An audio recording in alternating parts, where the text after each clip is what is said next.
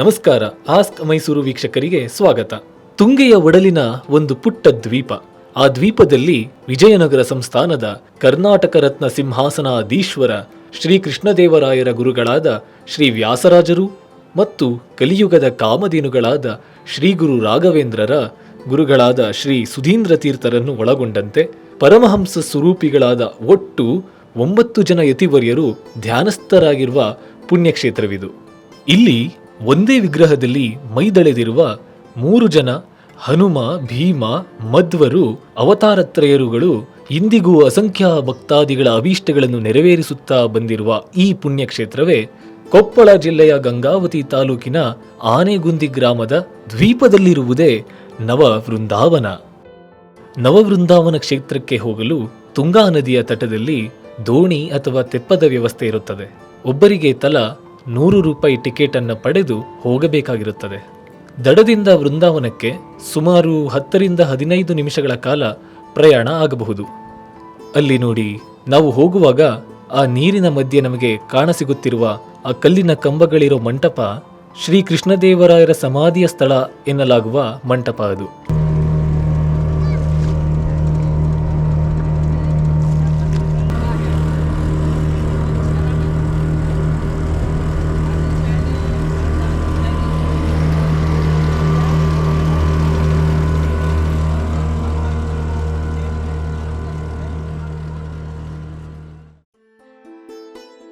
ಸುತ್ತಲೂ ರಮಣೀಯವಾದ ಪರಿಸರ, ಬೆಟ್ಟ ಗುಡ್ಡಗಳು, ನಡುವೆ ಮೈದುಂಬಿ ಹರಿಯುತ್ತಿರೋ ಈ ತುಂಗಾ ನದಿಯಲ್ಲಿ ದೋಣಿಯಲ್ಲಿ ಸಾಗುವುದೇ ಒಂದು ಹಿತವಾದ ಅನುಭವ.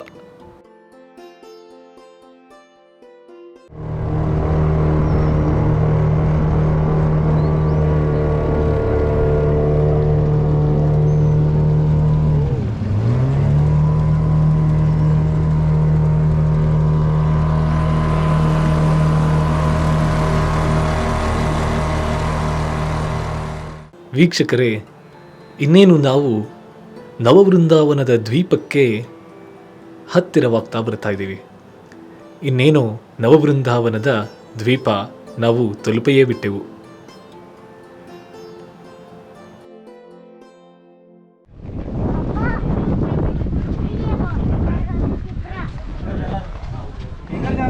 ಯಾವ ಕಡೆ ಹಿಂಗೇನಾ?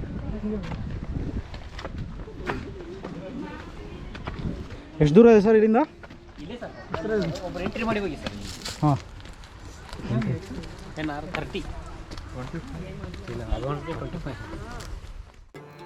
ಹಾಗೆ ಈ ಎಳನೀರು ವ್ಯಾಪಾರಿ ಜೊತೆಯಲ್ಲಿರುವಂತಹ ಪುಸ್ತಕದಲ್ಲಿ ನಮ್ಮ ಹೆಸರನ್ನು ನಮೂದಿಸಬೇಕಾಗಿರುತ್ತದೆ.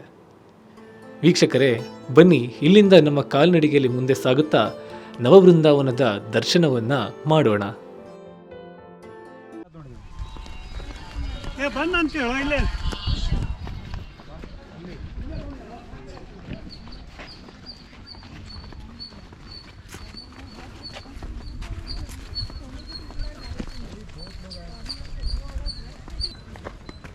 ಇದ್ರ ಬಗ್ಗೆ ಅಷ್ಟು ಮಾಹಿತಿ ಇಲ್ಲ ನಿಮಗೆ?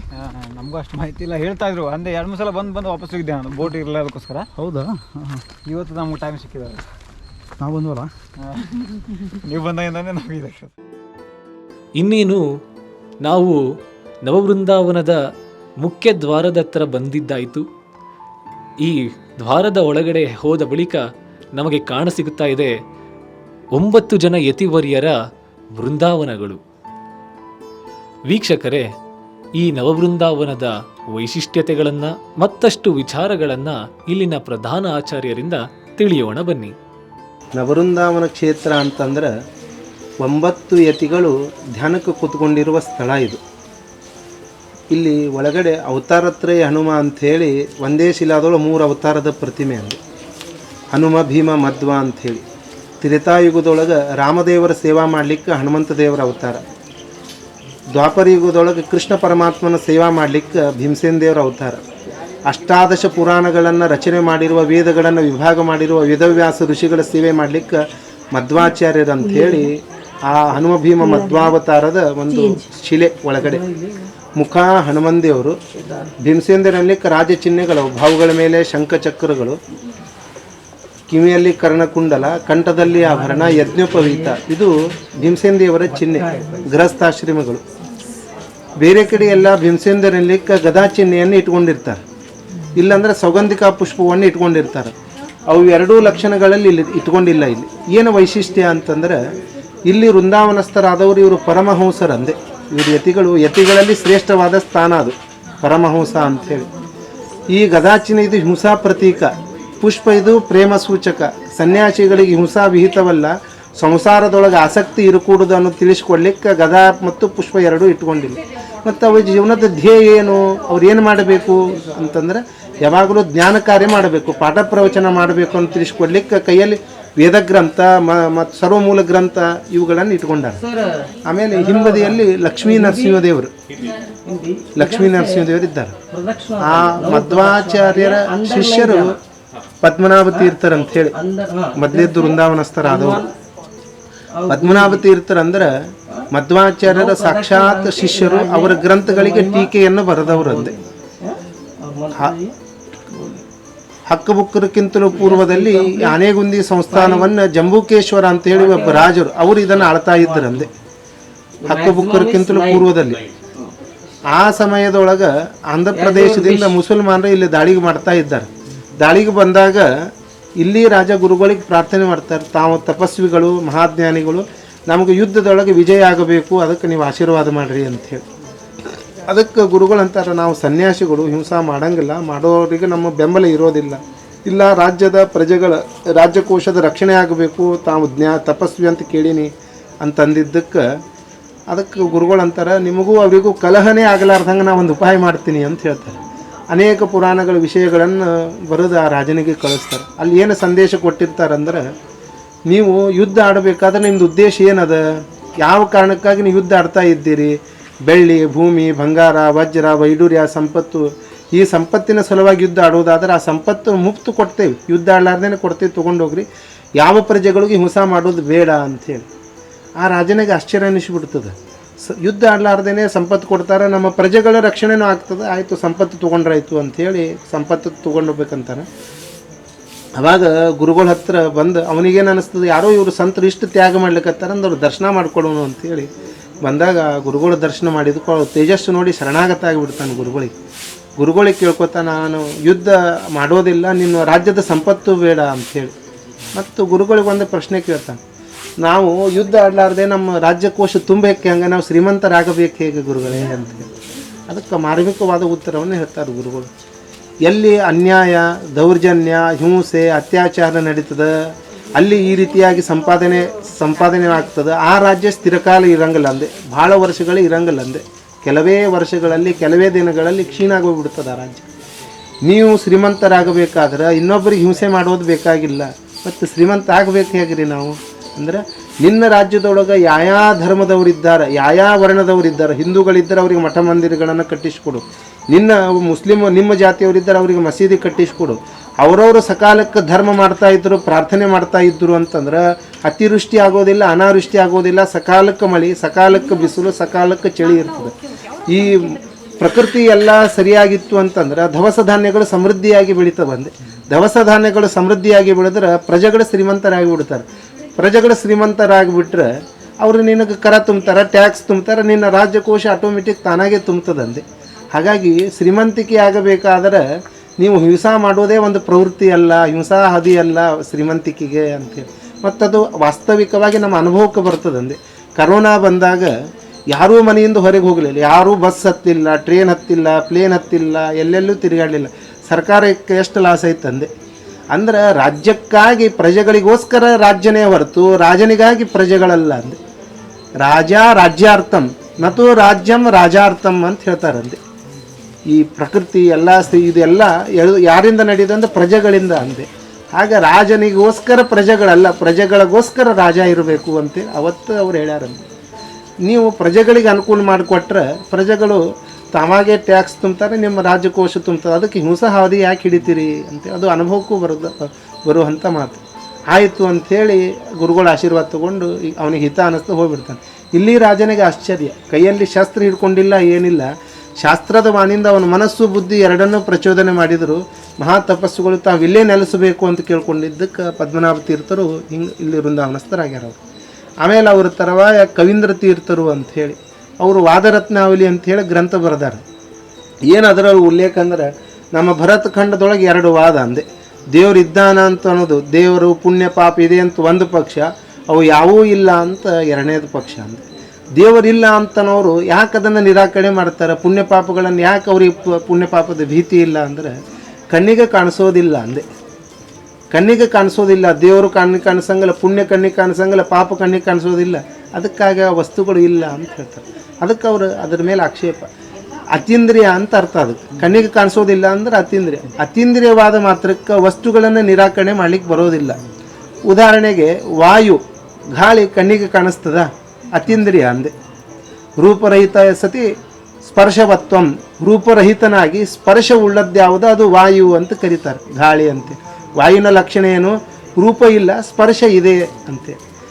ಈಗ ಕಣ್ಣಿಗೆ ಕಾಣಿಸಂಗಿಲ್ಲ ಅಂದ್ರೆ ಮತ್ತೆ ಗಾಳಿನೂ ಒಪ್ಪಬಾರದು. ನೀವು ಕಣ್ಣಿಗೆ ಕಾಣಿಸೋದಿಲ್ಲ ಅಂತ ಅನ್ನೋದು ಮಾತ್ರಕ್ಕೆ ಅದನ್ನು ನಿರಾಕರಣೆ ಮಾಡೋದಾದ್ರೆ, ವಾಯು ಇರಲಾರ್ದೆ ಯಾರಾದರೂ ಬದುಕಲಿಕ್ಕೆ ಸಾಧ್ಯನಾ? ಗಾಳಿ ಇರಲಾರ್ದೆ ಇಲ್ಲ. ವಿದ್ಯುತ್ ಕಣ್ಣಿಗೆ ಕಾಣಿಸ್ತದ? ವಿದ್ಯುತ್ತಿನ ಕಾರ್ಯ ಕಾಣಿಸ್ತದೆ ನಿಮಗೆ, ಯಂತ್ರಗಳು ಕಾಣಿಸ್ತವೆ, ವಿದ್ಯುತ್ ಕಣ್ಣಿಗೆ ಕಾಣಿಸೋದಿಲ್ಲ. ಹಂಗೆ ಕಾರ್ಯ ಕಾಣಿಸ್ತದೆ. ಇಡೀ ಜಗತ್ತಿನ ಸೃಷ್ಟಿ ನಮ್ಮಿಂದಂತರ ಮಾಡ್ಲಿಕ್ಕೆ ಸಾಧ್ಯ ಇಲ್ಲ. ಅದಕ್ಕೊಬ್ಬ ಕಾರಣಕರ್ತ ಅಂತ ಅನ್ನೋದು ಒಪ್ಪಲೇಬೇಕು. ಯಾರು ಅಂದ್ರೆ ಅವನೇ ವಿಷ್ಣು ಅಂತೇಳಿ. ಹಿಂಗೆ ಅತೀಂದ್ರಿಯವಾದ ವಸ್ತುಗಳನ್ನು ಅನೇಕ ರೀತಿಯಾಗಿ ನಾವು ಅವ್ರು ಸಮರ್ಥನೆ ಮಾಡ್ತಾರೆ. ಉದಾಹರಣೆಗೆ ಈಗ ನಿಮ್ಮ ಮರಿಮುತ್ತಜ್ಜನನ್ನು ತೋರಿಸು ಅಂತ ಹೇಳ್ತಾರೆ ಅವರು. ಅಜ್ಜ ಅಲ್ಲ, ಮರಿಮುತ್ತಜ್ಜ. ಇಲ್ರಿ ಅವ್ರು ಹೋಗ್ಯಾರ ಅನ್ಲಿಕ್ಕೆ ನಿನ್ನ ಕಣ್ಣಿಗೆ ನೋಡಿಯ ನೀನು? ಮತ್ತು ಹೋಗ್ಯಾರಂತ ಹೇಗೆ ಹೇಳ್ತಿದ್ದಿ? ನಮ್ಮ ಪರಂಪರಾ ಅಂದ್ರೆ 200 ವರ್ಷ 300 ವರ್ಷ ಹಿಂದಿಂದು ನಾವು ಹೇಳಿಕ್ಕೆ ಹೆಂಗೆ ಸಾಧ್ಯ ಅಂದ್ರೆ, ಈಗ ನಾ ಇದ್ದೀನಿ ಅಂದ್ರೆ ನನಗೆ ಜನ್ಮ ಕೊಟ್ಟವರು ತಂದೆ ತಾಯಿ, ಅವ್ರಿಗೆ ಜನ್ಮ ಕೊಟ್ಟು ಅವ್ರ ತಂದೆ ತಾಯಿ ಅಂತ ಹಿಂಗೆ ಮಾಡ್ಕೊಂಡು ಇದ್ದಾರೆ. ನಾನು ಇದ್ದೀನಿ ಅಂದ್ರೆ ನಮ್ಮ ಪೂರ್ವಿಕರು ಹಿಂಗೆ ಕಲ್ಪನೆ ಮಾಡಿ ಇದು ಏನಂತಾರೆ, ಇದು ಅನುಮಾನ ಐತೆ ಹೊರತು ಪ್ರತ್ಯಕ್ಷ ಆಗಲೇ ಇಲ್ಲ. ಮತ್ತು ನಿಮ್ಮ ಕಣ್ಣಿಗೆ ಮತ್ತು ಅದನ್ನು ನಿಮ್ಮ ಪೂರ್ವಿಕರನ್ನು ಒಪ್ತೀರಿ, ಮತ್ತು ದೇವರನ್ನು ಯಾಕೆ ಒಪ್ಪಬಾರ್ದು? ಲಾಜಿಕ್ ಒಳಗೆ ಅವ್ರಿಗೆ ಸಮರ್ಥನೆ ಮಾಡ್ತಾರಲ್ಲಿ. ಹಾಗಾಗಿ ದೇವರನ್ನು ಒಪ್ಪಲೇಬೇಕು ಅಂಥೇಳಿ ಅವ್ರ ಗ್ರಂಥಗಳು ಸಮರ್ಥ. ಅವ್ರ ತರುವಾಯ ಆಮೇಲೆ ವಾಗೀಶ ತೀರ್ಥರು ಅಂಥೇಳಿ, ಆಮೇಲೆ ವ್ಯಾಸ ತೀರ್ಥರು, ವಿಜಯನಗರ ರಾಜರ ಗುರುಗಳು, ಕೃಷ್ಣದೇವರಾಯರ ಗುರುಗಳು, ವಿಜೇಂದ್ರ ಸ್ವಾಮಿಗಳಿಗೆ ಪಾಠ ಹೇಳಿದವರು, ಪುರಂದರದಾಸರಿಗೆ ಕನಕದಾಸರಿಗೆ ದಾಸ ದೀಕ್ಷಾ ಕೊಟ್ಟವರು, ಕರ್ನಾಟಕ ಆಂಧ್ರ ತಮಿಳುನಾಡುಗಳಲ್ಲಿ ಸಂಚಾರ ಮಾಡಿ 732 ಹನುಮಂತ ದೇವರನ್ನು ಸ್ಥಾಪನೆ ಮಾಡಿದವರು. ಆಮೇಲೆ ರಘುವರ್ಯ ತೀರ್ಥರು, ಆಮೇಲೆ ವ್ಯಾಸರಾಜರಿಂದ ಶ್ರೀನಿವಾಸ ತೀರ್ಥರು, ರಾಮತೀರ್ಥರು, ಸುಧೀಂದ್ರ ತೀರ್ಥರು, ಗೋವಿಂದ ಒಡೆಯರ್ ಅಂಥೇಳಿ 9 ಯತಿಗಳು ಇಲ್ಲಿ ನೆಲೆಸಿದ್ದು, ಸಪ್ತ ಋಷಿಗಳು ತಪಸ್ಸು ಮಾಡಿದ್ದು, ರಾಮದೇವರು ಹನುಮಂದೇವರು ಭೇಟಿಯಾಗಿದ್ದ ಕ್ಷೇತ್ರ ಇದು. ಆ ಗುರುಗಳ ಒಂದು ಎಲ್ಲ 9 ಯತಿಗಳಿಗೆ ನಿತ್ಯ ಬಂದು ಪ್ರದಕ್ಷಿಣೆ ನಮಸ್ಕಾರ ಮಾಡಲಿಕ್ಕೆ ಆಗೋದಿಲ್ಲ. ಅದಕ್ಕೆ ಅವರ ನಿತ್ಯ ನಾವು ಯಾವ ಜಾಗದೊಳಗೆ ಇರ್ತೇವೋ ಅವರ ಸ್ಮರಣೆ ಆಗುವ ಹಂಗೆ ನಮ್ಮ ಕಷ್ಟಗಳ ಪರಿಹಾರವಾಗಿ ಅಭಿಷ್ಟವನ್ನು ಕೊಡುವಂತಹ ಒಂದು ಯತಿಗಳ ಶ್ಲೋಕ. ಅದನ್ನು ನಿತ್ಯ ಎಲ್ಲ ಭಕ್ತರು ಎಲ್ಲರೂ ಇದನ್ನು ಪಠನ ಮಾಡಿದರೆ ನಮ್ಮ ಜೀವನದೊಳಗೆ ಎಷ್ಟೋ ರೀತಿಯಾಗಿ ನಮ್ಮ ಪ್ರಗತಿಯನ್ನು ಹೊಂತೀವಿ. ಅದಕ್ಕೆ ಅದನ್ನು ಶ್ಲೋಕ ಹೇಳ್ತೀನಿ. ಅದನ್ನು ನಿತ್ಯ ಪ್ರತಿನಿತ್ಯನೂ ಸ್ನಾನ ಮಾಡಿಕೊಂಡು ಅದನ್ನು 10 ಸರ್ತಿ ಜಪ ಮಾಡಬೇಕು. ಅದನ್ನು 10 ಸರ್ತಿ ಮಾಡಿದರೆ ಸಾಕು. ಪದ್ಮನಾಭಂ ಕವೀಂದ್ರಂಚ ವಾಗೀಶಂ ವ್ಯಾಸರಾಜಕಂ ರಘುವರ್ಯಂ ಶ್ರೀನಿವಾಸಂ ರಾಮತೀರ್ಥಂ ತಥೈವ ಚ ಶ್ರೀಸುಧೀಂದ್ರಂಚ ಗೋವಿಂದಂ ನವವೃಂದಾವನಂ ಭಜೆ ನವವೃಂದಾವನಂ ಭಜೆ ರಘುವರ್ಯೋ ರಘುವರ್ಯ ಇತಿ ಭಕ್ತ್ಯಾ ಸದಾ ಜಪನ್ ಮುಚ್ಯತೆ ಸರ್ವದುಃಖೇಭ್ಯಃ ತದಂತರ್ಯಾಮಿನೋ ಬಲಾತ್. ಶ್ರೀಕೃಷ್ಣಾರ್ಪಣಮಸ್ತು. ಇಲ್ಲಿ ಪದ್ಮನಾಭ ತೀರ್ಥರು ಮಧ್ವಾಚಾರ್ಯರ ಮೊದಲ ಶಿಷ್ಯರಾಗಿದ್ದರು. ಅಷ್ಟೇ ಅಲ್ಲ, ಶ್ರೀಕೃಷ್ಣದೇವರಾಯರನ್ನೂ ಸೇರಿದಂತೆ 6 ಜನ ವಿಜಯನಗರ ಸಾಮ್ರಾಜ್ಯದ ರಾಜರಿಗೆ ವ್ಯಾಸರಾಜ ತೀರ್ಥರು ರಾಜಗುರುವಾಗಿದ್ದರು. ಇನ್ನೊಂದು ಹೆಮ್ಮೆಯ ಸಂಗತಿ ಏನೆಂದರೆ, ದಾಸರೆಂದರೆ ಪುರಂದರ ದಾಸರಯ್ಯ ಹಾಗೂ ನಾನು ಹೋದರೆ ಹೋದೇನು ಎಂದು ಲೋಕಕ್ಕೆ ಅಂತಹ ಅದ್ಭುತ ಸಂದೇಶ ನೀಡಿದಂತಹ ದಾಸ ಶ್ರೇಷ್ಠರಾದ ಪುರಂದರದಾಸರು ಕನಕದಾಸರಿಗೆ ವ್ಯಾಸರಾಜ ತೀರ್ಥರೇ ಹರಿದಾಸ ಸಾಹಿತ್ಯವನ್ನು ರಚಿಸಲು ಪ್ರೋತ್ಸಾಹ ನೀಡಿದ್ದರು ಎನ್ನಲಾಗುತ್ತದೆ. ಅಷ್ಟೇ ಅಲ್ಲದೆ ಶ್ರೀ ವ್ಯಾಸರಾಜ ತೀರ್ಥರು 732 ಹನುಮಂತನ ವಿಗ್ರಹಗಳನ್ನು ಭಾರತದಾದ್ಯಂತ ಪ್ರತಿಷ್ಠಾಪಿಸಿರುತ್ತಾರೆ. ಇನ್ನೊಂದು ವಿಶೇಷ ಸಂಗತಿ ಏನೆಂದರೆ 1539ರಲ್ಲಿ ವ್ಯಾಸರಾಜ ತೀರ್ಥರು ಬೃಂದಾವನ ಐಕ್ಯರಾದ ಬಳಿಕ ಮುಂದೆ ಶ್ರೀ ಗುರು ರಾಘವೇಂದ್ರರಾಗಿ ಜನ್ಮ ತಾಳಿದ್ದರು ಎಂದು ನಂಬಲಾಗಿದೆ. ಮಧ್ಯದಲ್ಲಿ ಒಂದು ದ್ವೀಪ ಥರ ಇದೆ. ಇದಕ್ಕೆ ಬರಲೇಬೇಕು. ಇದಕ್ಕೆ ನಾವು ಬಂದು ದರ್ಶನ ಮಾಡಬೇಕು ಅಂದರೆ ಕಂಪಲ್ಸರಿಯಾಗಿ ನಾವು ತೆಪ್ಪದಲ್ಲಿ ಬಂದೇ ನಾವು ಈ ಒಂದು ನವಬೃಂದಾವನನ ದರ್ಶನ ಮಾಡ್ಕೊಳ್ಬೇಕು. ಹೌದು, ತೆಪ್ಪ ಮತ್ತು ಬೋಟ್ ವ್ಯವಸ್ಥೆ ಎರಡೂ ಇರುತ್ತೆ. ಎರಡು ಕಡೆಯಿಂದ ನಾವು ಬರ್ಬೋದು. ಏನು ಚಾರ್ಜ್ ಮಾಡ್ತಾರೆ? ಸೊ ತೆಪ್ಪದಲ್ಲಿ ಅಂದರೆ ನಮ್ಮನ್ನು ಕರ್ಕೊಂಬಂದು ಇಲ್ಲಿ ನಾವು ನೋಡ್ಕೊಂಡ ನಂತರ ಮತ್ತೆ ವಾಪಸ್ ಕರ್ಕೊಂಡು ಹೋಗೋದಕ್ಕೆ ಒಬ್ಬ ವ್ಯಕ್ತಿಗೆ 100 ರೂಪಾಯಿ ಚಾರ್ಜ್ ಮಾಡ್ತಾರೆ. ಬೋಟಲ್ಲಿ ಕರ್ಕೊಂಡೋಗಿ ಕರ್ಕೊಂಬರ್ತಾರೆ.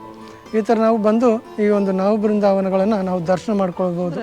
ಸೊ ನದಿ ಪ್ರಭಾವ ಸ್ವಲ್ಪ ತುಂಬಾ ಜಾಸ್ತಿ ಆಯ್ತಂದರೆ ಸೊ ಎರಡು ಕಡೆನೂ ತೆಪ್ಪ ಮತ್ತು ಬೋಟ್ಗಳನ್ನು ಬಂದ್ ಮಾಡ್ತಾರೆ.